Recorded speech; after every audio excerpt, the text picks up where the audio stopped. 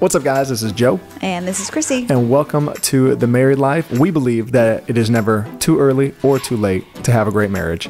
And we are talking about the Enneagram test, part duo.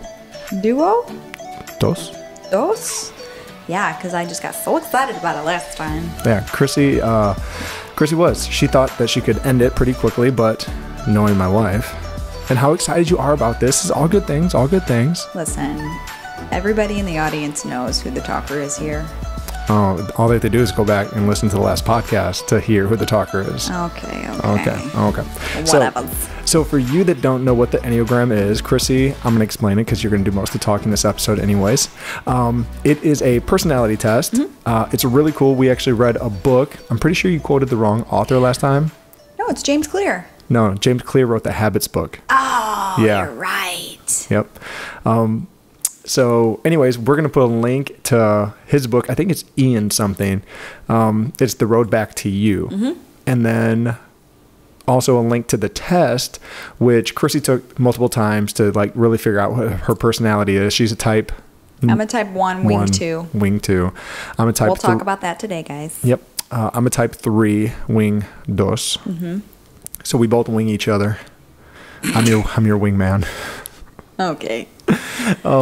But anyways, it's cool just seeing like the 9 different kind of personalities and everything. And you can go on this website that I'm going to link to and you can read about them. And if you read them, you might just read it and be like, oh my gosh, that's my husband, or that's my spouse, or that's my child. Chrissy's been doing that a lot with our kids lately. Yeah. Like Kara, who's our 21-year-old, she took the test. It said she is It says she's a 2? Yeah, she's not. I mean, she's a helper. Oh, for sure she is. But she's a 9. She is a 9. But the same thing happened to me. It said that I was a 2 or 3 or a 1.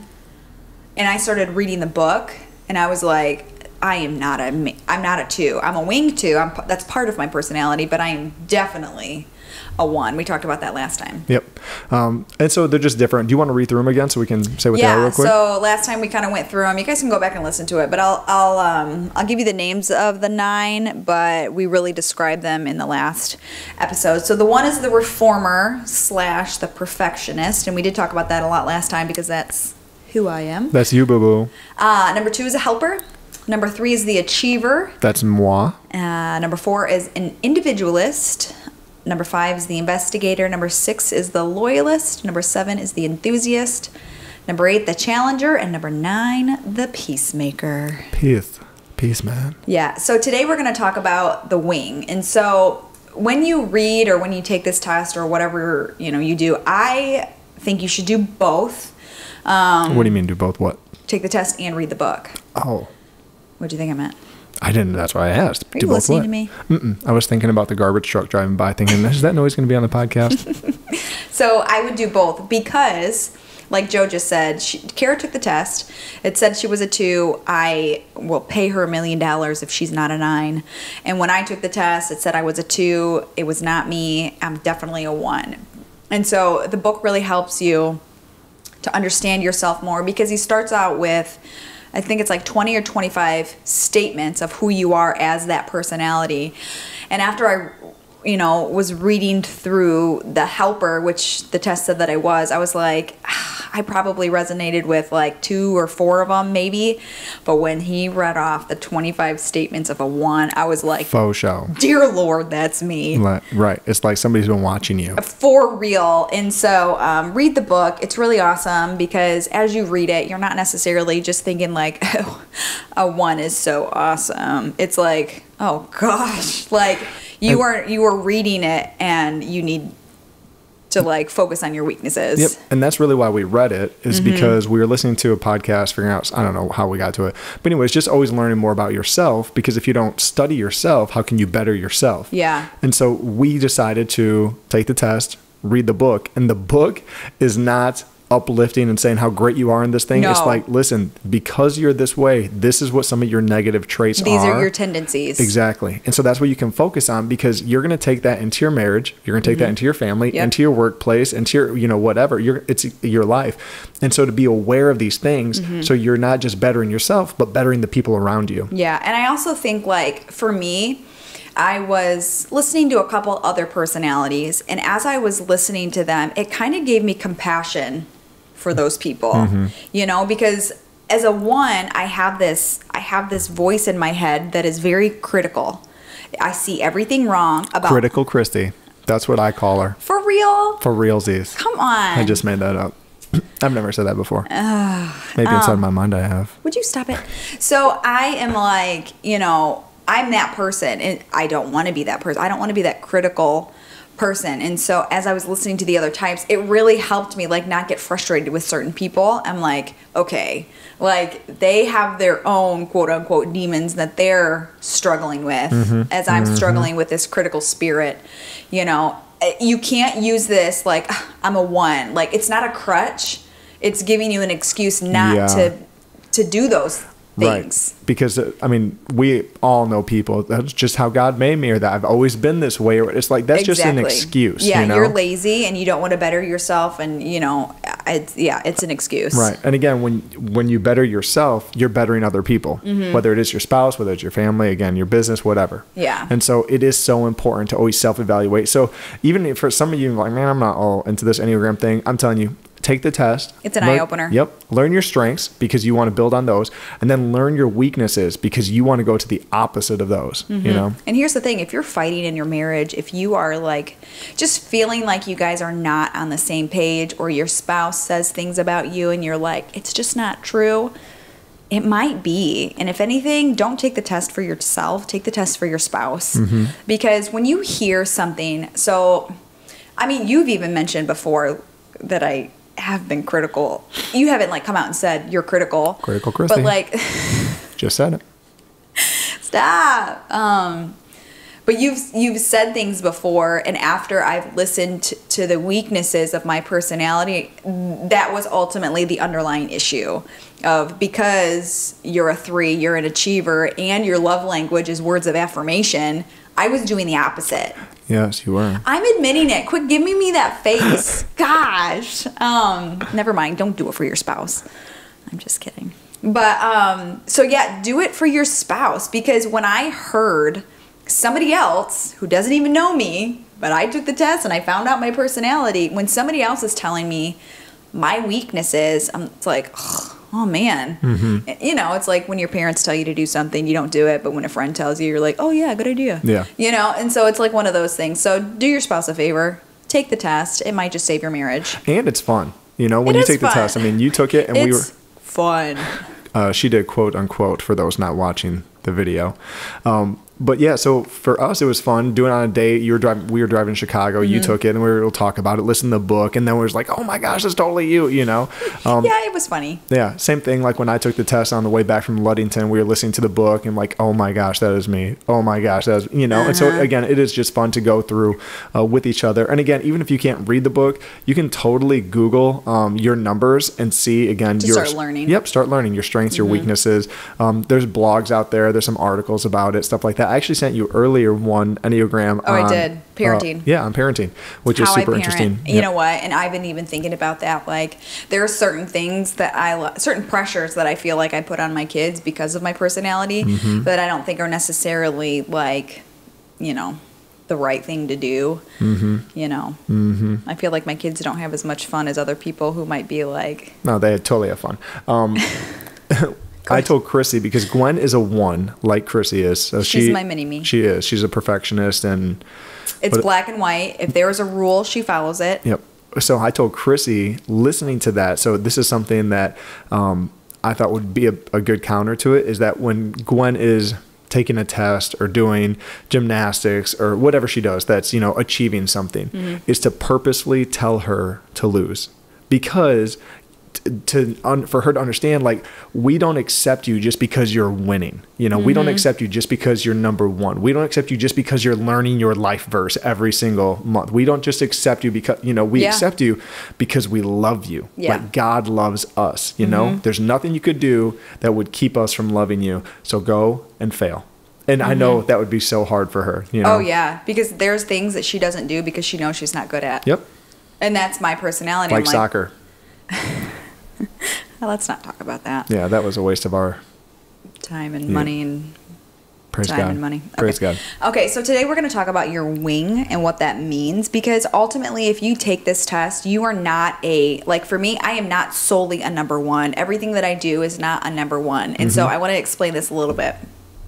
Can you put pictures in our I can't show on notes? YouTube. I can't. No, not in the show notes. Oh, okay. So you guys are going to have to look this up, but you guys are going to look up the Enneagram. It's literally a circle. The 9 is at the top and going clockwise. Then it goes 1, 2, 3, 4, 5. You know, and so it talks about like having a wing. So if I'm a 1, I'm either a wing 9 or a wing 2. I wouldn't be like a random wing 6 because the way that it's structured. Yeah, you lean that way a little bit. You'll lean one way or another. So that's what a wing is. And so when I took the test, I'm a 1, and so I could have either of winged.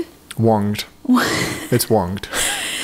If there is one thing you guys won't learn here, it is Proper English.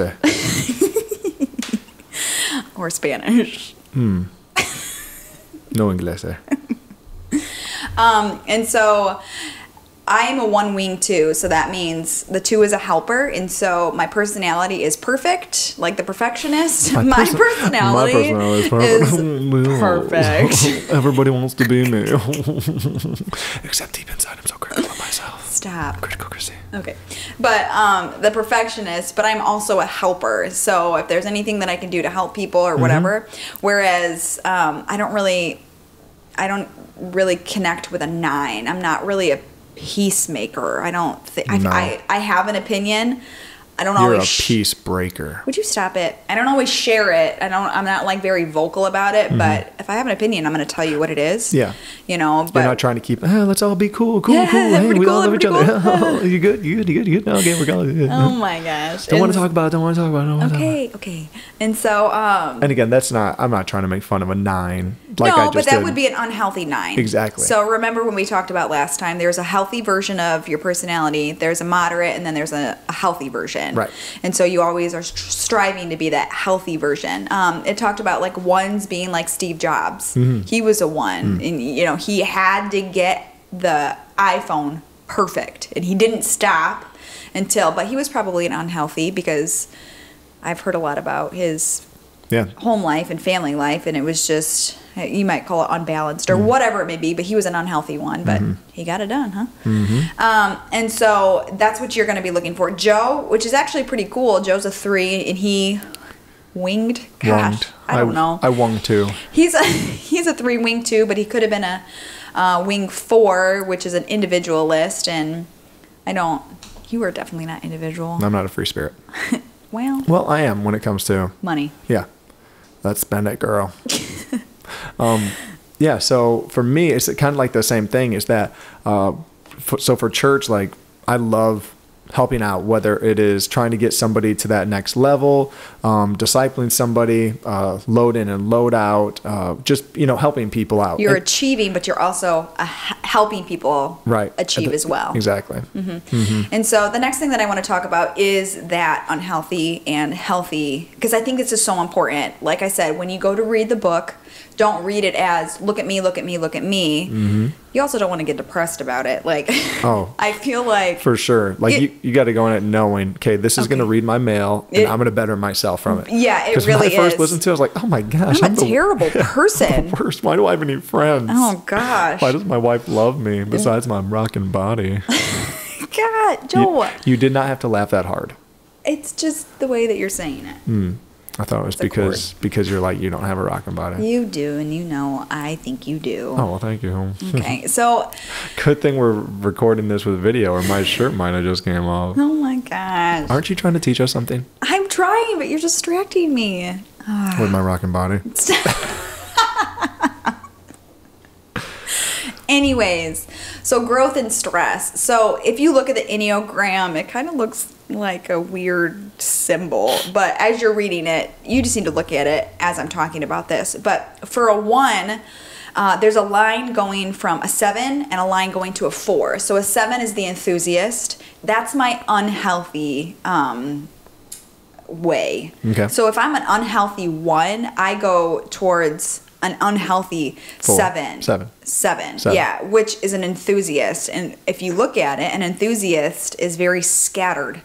When I am unhealthy and I'm like trying to fix everything and do everything and make everything perfect, I am very scatterbrained. I even had to apologize to you this morning because I forgot that I had a coffee date and I was planning on working out with Joe and he was looking forward to it. Would you stop? I'm you just pushed admitting me to my best. wrongs. I'm just saying. I'm not trying to say. Anyways, I get very scatterbrained because I think, oh my gosh, I got to do this, this, this, this, and this. And the reality is I can't get everything done and I can't do it perfect. Like, nobody can.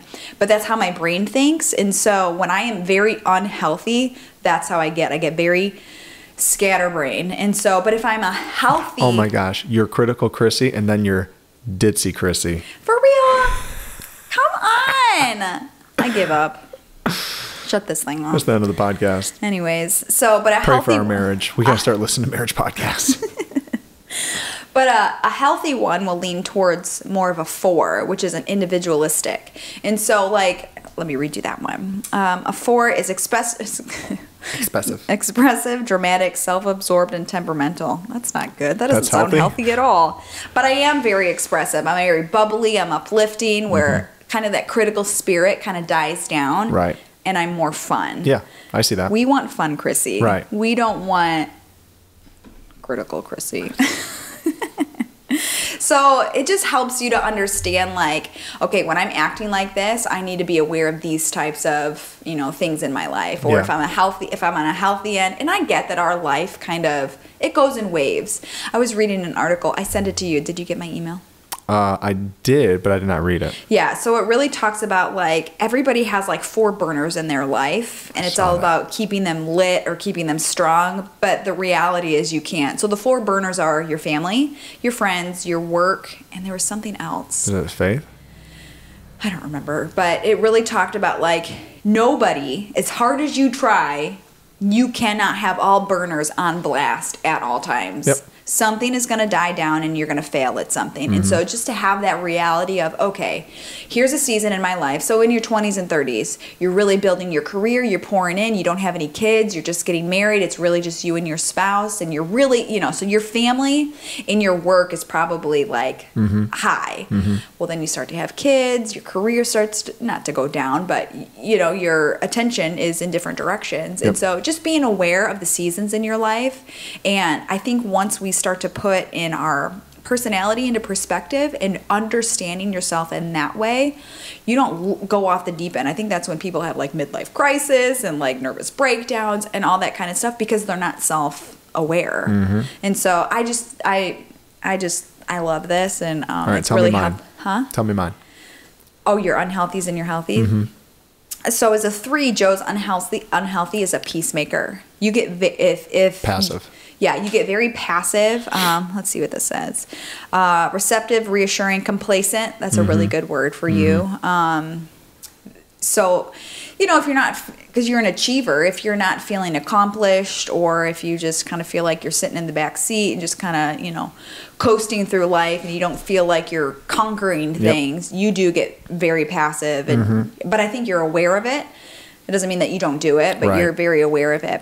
But when you're on a healthy... It's like when I do it, then I'm trying to figure out, how do I get out of this, you know? And I think that's when we create new things, you know? For real. And I think even for us, I mean, kind of starting the Married Life podcast, I don't know. You were trying to achieve something. You were trying to get stuff done, and you just... Yeah. Not that you have to be like busy, but you wanted to like say, you know... Because there's certain things, like when you can see... It's kind of like when you're building a house.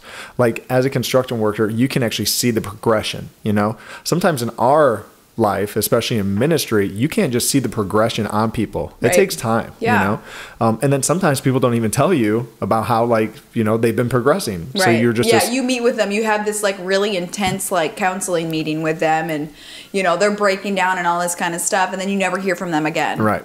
You know, so when people call me and tell me, oh my gosh, I had a breakthrough, or thank you for praying, like this was amazing, like I am super blessed by that, because that is very far and few between, because if things are going good, people don't really need you. And I'm not saying that in a negative sense, because I get it. Life happens, and it's really in the crisis moment that we reach out for help. So I get it.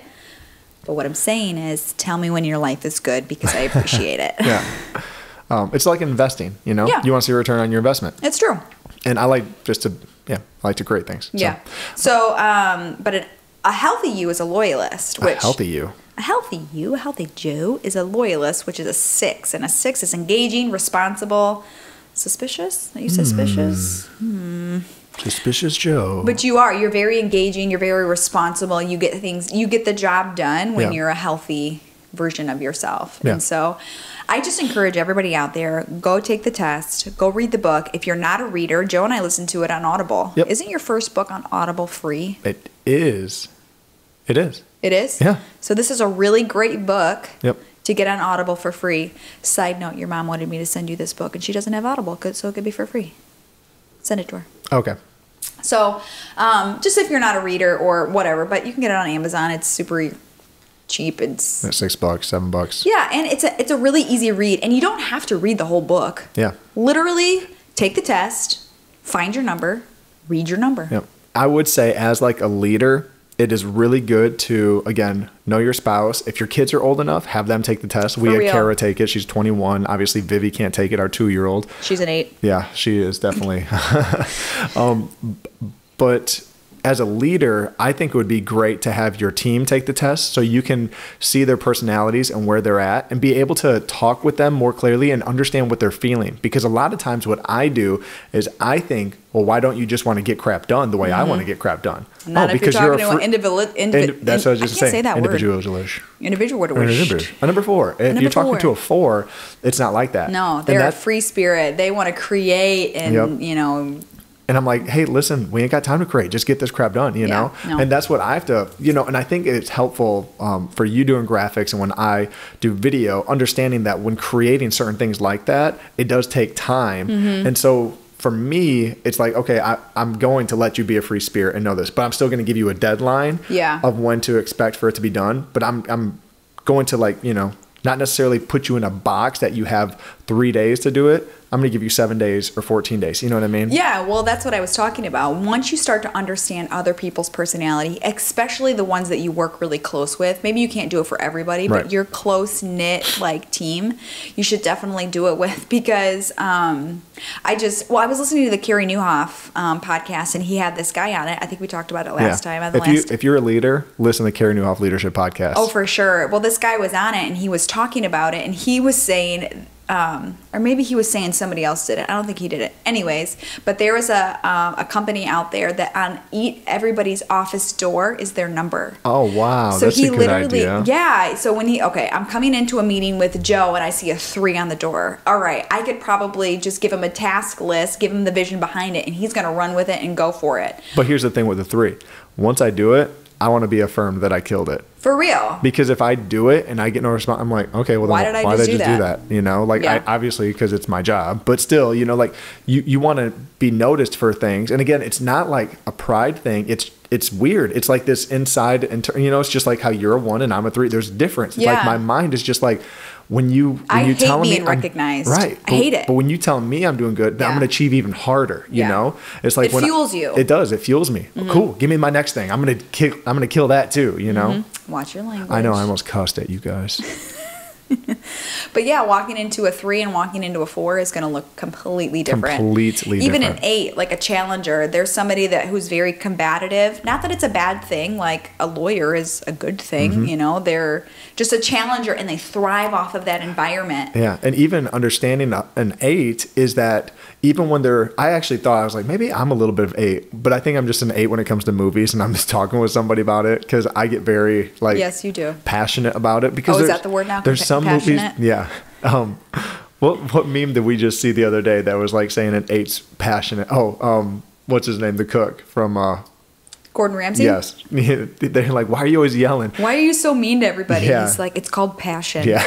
But for real, that's how they think. Right. And so when an 8 is very aggressive or talking loud or, just go, it's who they are. It's a passion. And they actually like it when you come back at them like that. Right. But a lot of times people don't see that and they think that, oh my gosh, this person hates me. And so they For get real. down, and then it's not a relationship, because an 8 feels like, oh no, when we're talking like that with each other, we have a relationship. Yeah. So again, this book is so helpful just on understanding other people too. But yeah, and that's why I was saying, like, once you start to learn the people around you, it gives you more compassion for them. Yep. And so that's why I think this is really important, one, for your marriage, Yep.